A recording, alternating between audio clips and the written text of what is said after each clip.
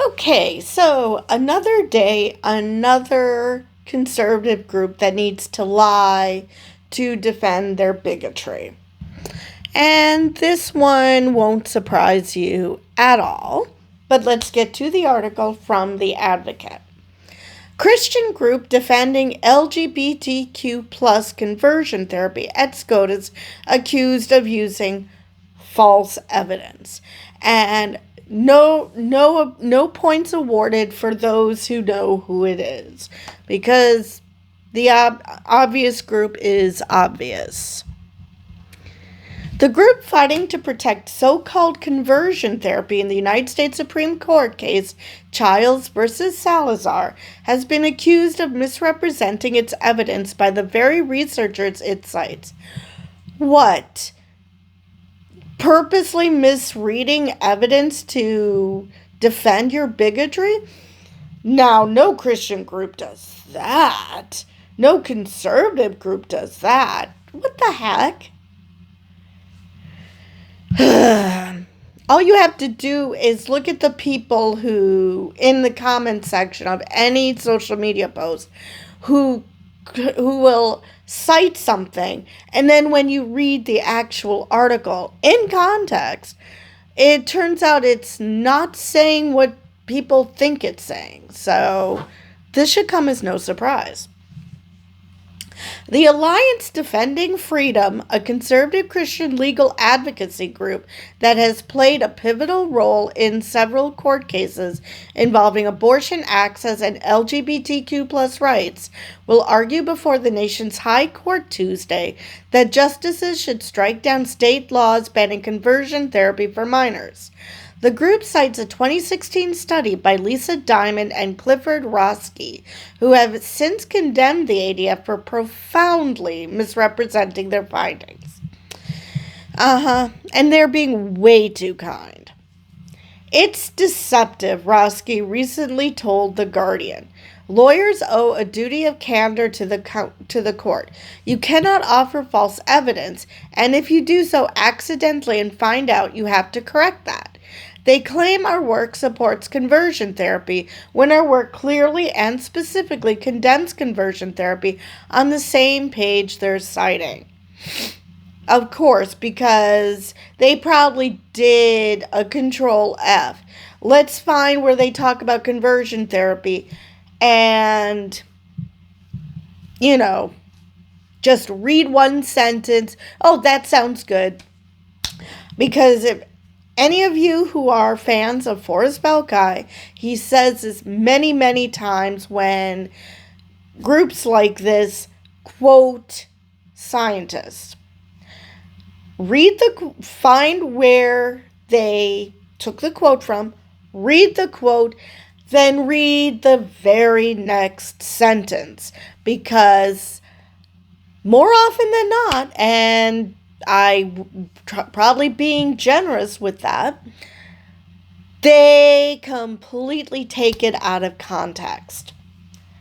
But to continue, the ADF included in its arguments a section of the paper that states sexual orientation changes for many people. Respected researchers of LGBT issues have long observed that longitudinal population-based studies show changes in the same-sex attraction of some individuals over time. However, the ADF left out the information stating it is change that occurs outside the context of conversion therapy. Right. What they're talking about is sexual fluidity. And some people do experience sexual fluidity. Personally, I think people are just learning more about themselves.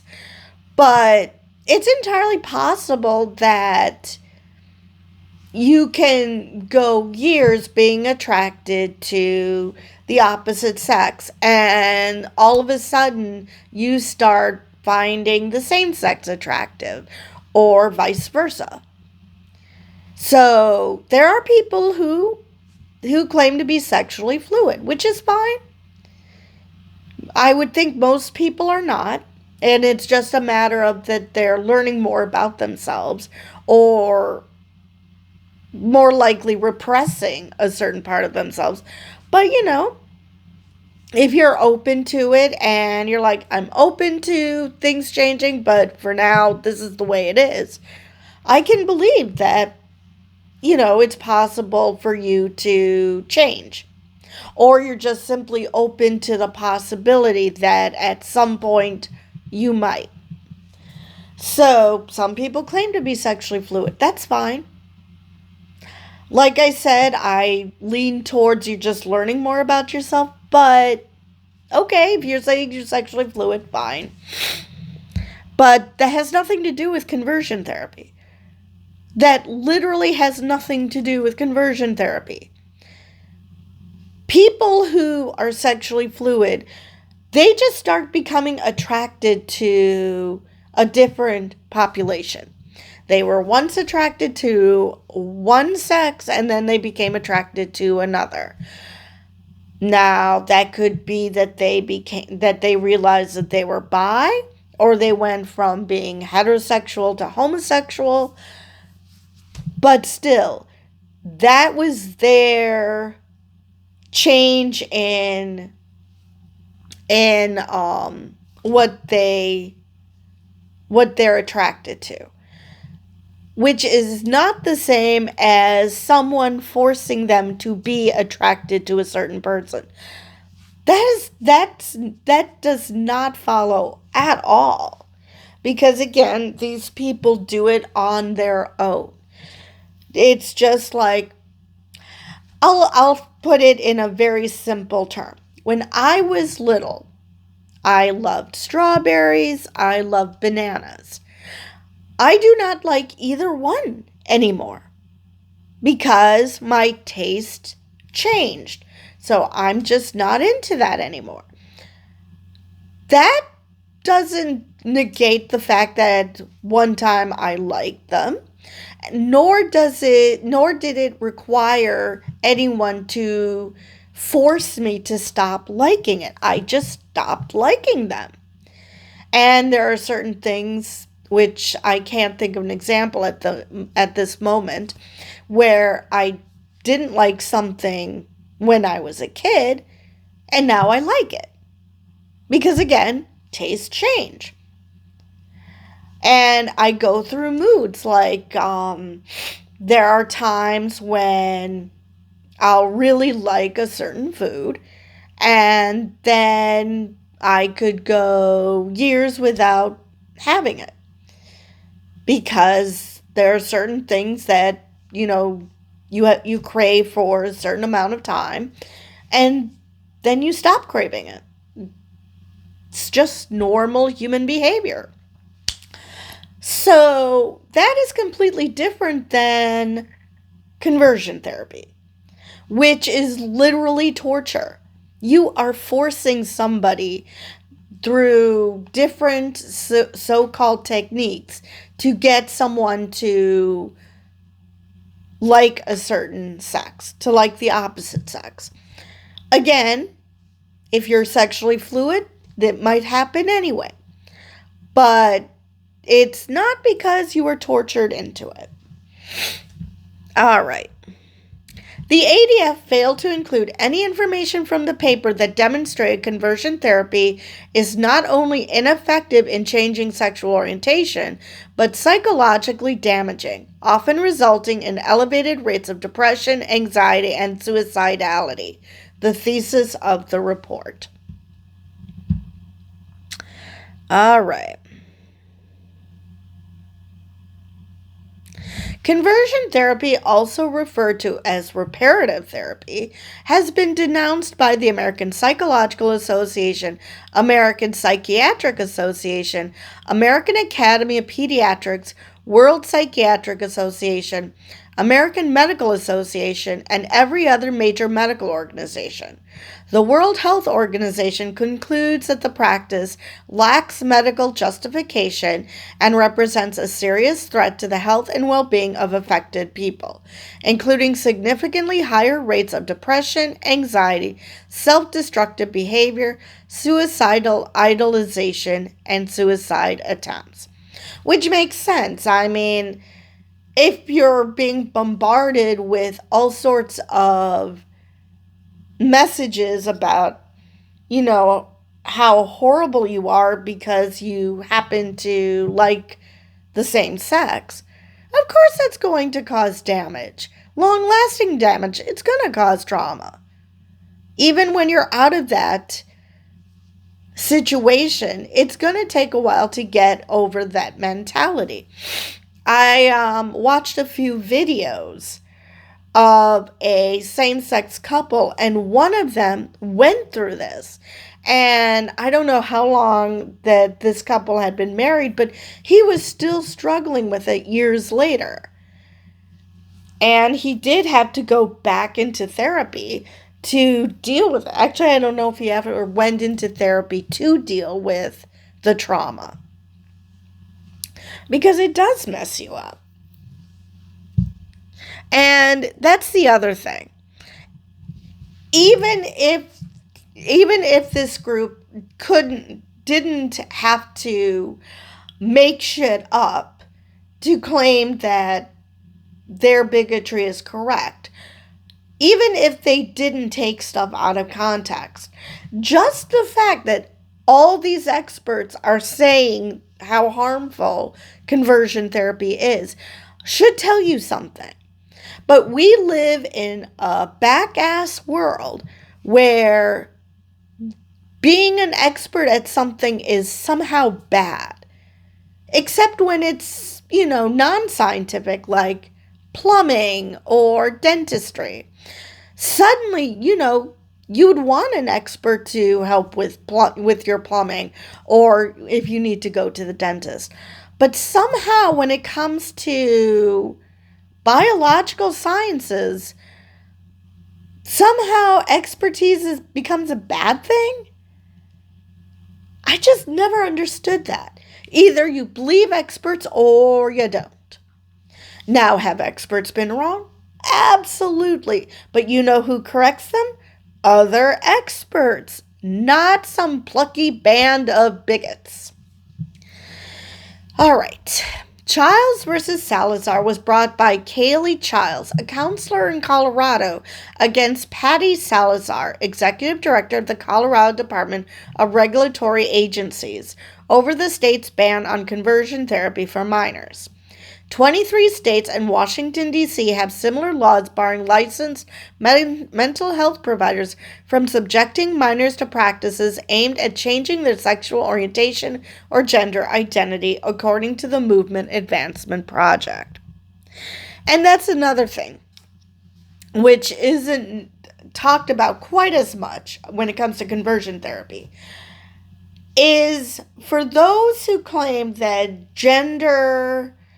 that being trans is a gender ideology and that it's a mental health issue, which, not completely wrong, but not in the way they think.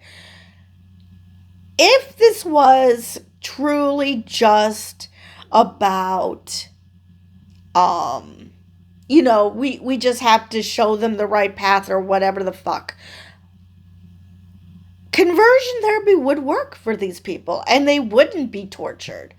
But the fact that they are tortured and that it doesn't work should kind of clue you into the fact that this isn't just about a mental issue.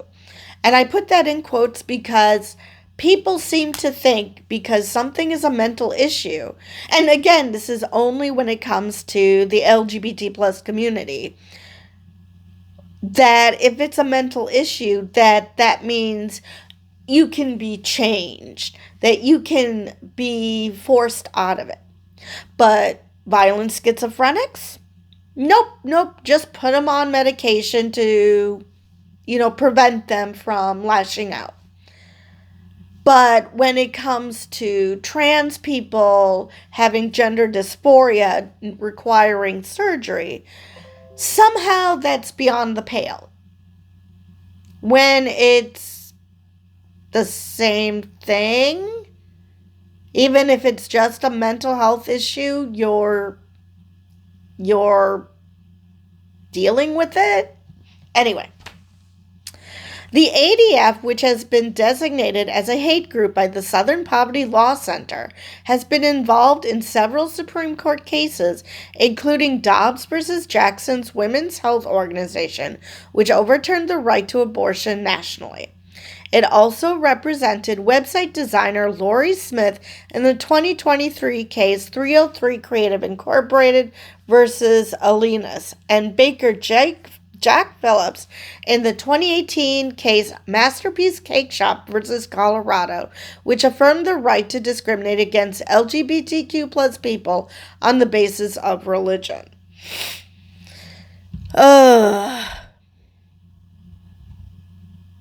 But people lost their fucking minds when there were certain people who refused to print about a Charlie Kirk vigil. So, which tells you that these people are all for forcing, not being forced to have speech they don't like, as long as it only affects them. Once they are met with the same treatment, then they lose their minds because they're just a bunch of toddlers. And I think I just insulted toddlers. Diamond and Roski said they were never contacted by the ADF about their findings. They have since filed a brief with the court to correct the mischaracterization of their research. Okay. Of course you were never contacted by the ADF because, again, the ADF aren't actually interested in the truth. They just want to push their narrative. And in this case, it's a bigoted narrative. Well, everything the ADF does is bigoted, but anyway. In this case, it was bigoted against gay people and trans people because, God forbid, they would, be allowed to exist. You don't want to have anything to do with gay people? Fine. Oh, and before I continue, even the father of conversion therapy, cannot think of his name at the moment. He has apologized. He realizes he done fucked up. It doesn't work. And he apologized to the gay community. Now, I can't remember if he came out as gay himself. That I'm unsure about. But he did apologize for foisting this on people. But as things go, people will listen to the bullshit and they will ignore the retraction. No matter how many years later it came, they're going to ignore it because they're too damn invested in it by this point. That's what's diabolical about ADF using me. They know they're misrepresenting my views. But do they?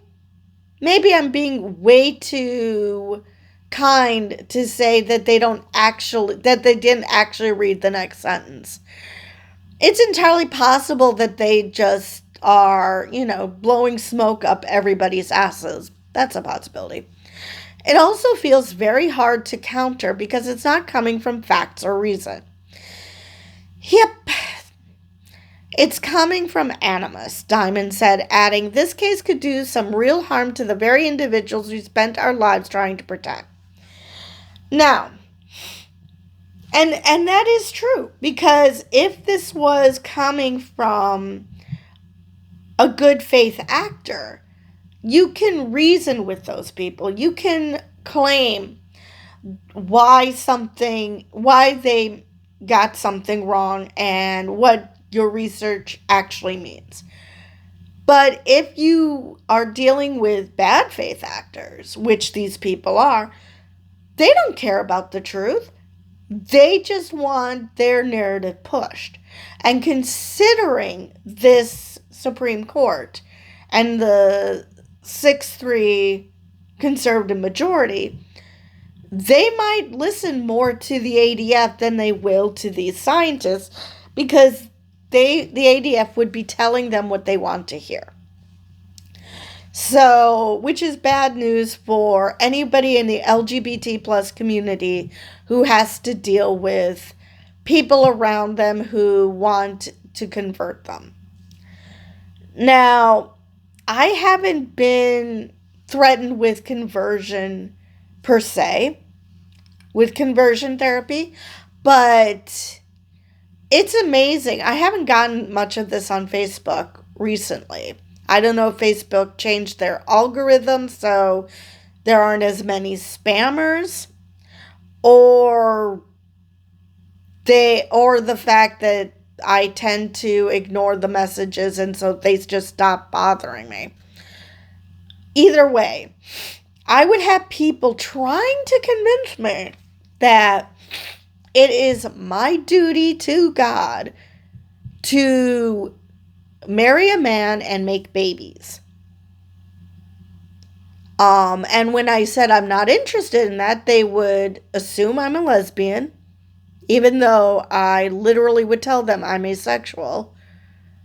And yes, I know that there can be homoromantic, asexual people who call themselves lesbian for brevity. I understand that. But that is not what's happening here. It's the idea that they can't wrap their little brains around the fact that you can be more than two things. They think that you're either heterosexual or homosexual, that there's nothing in between, like asexual. So, yeah, I would have either men's brains exploding that I'm asexual. They can't grasp that, so it's either I'm heterosexual or homosexual, or they just can't accept that I'm a 54-year-old woman who happens to be quite content in my life with not being married and never having had kids. And usually, yes, I'm going on a tangent now, but usually it's, well, who's going to take care of you when you're older? Really?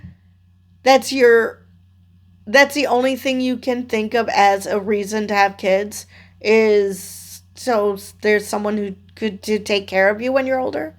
I can assure you that when my parents had me and my brother, that was not on their minds, because they were like, well, if they come, they come. When it comes to having kids, they weren't working for it. They weren't, trying to prevent it. It was just a matter of, if it happens, it happens. We're just going to go with it. So, but they weren't thinking, maybe because a lot of these scammers were in Africa, where that actually is the culture, because you have to have a lot of kids in hopes that some of them survive so you'll be taken care of in your old age. So that's probably still a cultural thing in parts of Africa, but not here in the US, because infant mortality, at least for now, is not atrocious. We'll check back after Trump and RFK Jr. completely dismantle everything to see if that's still true. But that's really your only reasoning for me to have kids? No, that is not a good reason. Yes, we must put